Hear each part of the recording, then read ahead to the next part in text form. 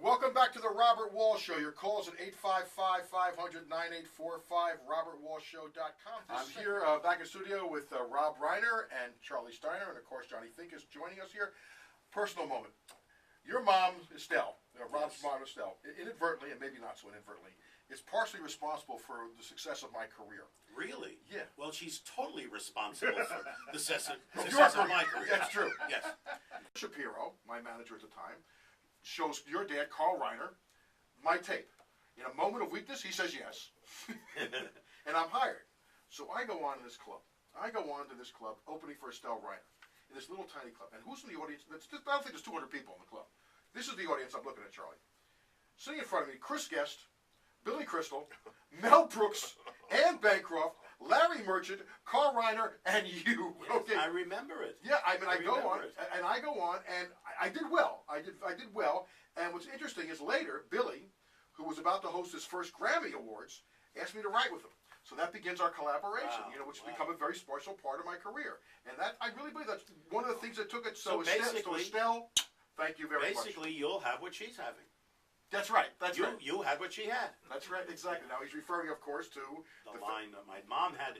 One of the funniest lines in any movie I've ever done, and is now quoted as one of the top 100 lines in the AFI history. They have those lists. Oh, it's incredible for me because I basically just called her and asked her if she wanted to come down and do a day in the movie. And I said, we have this very funny scene with Billy and Meg. She's going to fake an orgasm, and I think it's going to be funny. And we've got you to this line for you, which was written by Billy. And I said, if it doesn't work, I might have to cut it. And she said, that's all right. I just want to spend the day with you, and that'll be fine. It turns out it's top 100, and it's right along, frankly, my dear, I don't give a damn. And, I could have been a contender. So it's, it's Brando, it's Clark Gable, and Estelle Reiner, all in that same list. And mom, yes. So I'm very proud. How do you keep your voice for the whole season? What do you do? Do you take precautions, or what do you do? Nothing. I'm very lucky. There's some pitchers, very few, that never iced down after a game. Mike Morgan was a pitcher. Yeah, they just don't, and I've just been very fortunate. I do nothing. Well, which is amazing because not only are on the air and talking for 9 innings, which I can attest to is really hard because my son did this junior Dodger broadcasting and I did color for him in a couple of games. And after the first inning, I was saying, "Oh my God, we got to do 8 more innings." It was exhausting. It really is tiring.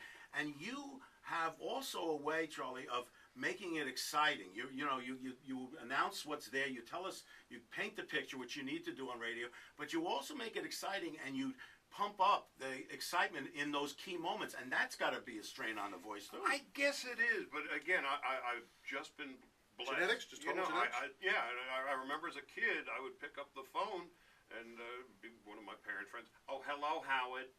No, it's Charles. Oh, you sound just like your father. And that's what it is, and I've just been very fortunate. I'm not one of those that drinks hot tea or any of that. Think about. Did you ever talk to Eddie Murray? Yeah. Eddie's coming on. And he's some of these guys who are really tough. Yeah. Once you're able to penetrate the veneer, they're wonderful. And Eddie's one of those guys. What about the boxers? How were they? The boxers were in general the best. Yeah. And here's why. Because they were solo artists.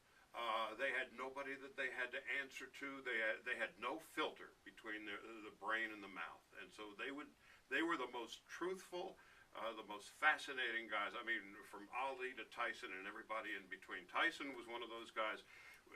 If you asked him a question and he prefaced his response by saying, "Can I tell you something?" You were off to the races. You have no idea where he was going to go, but it was always an incredible joyride.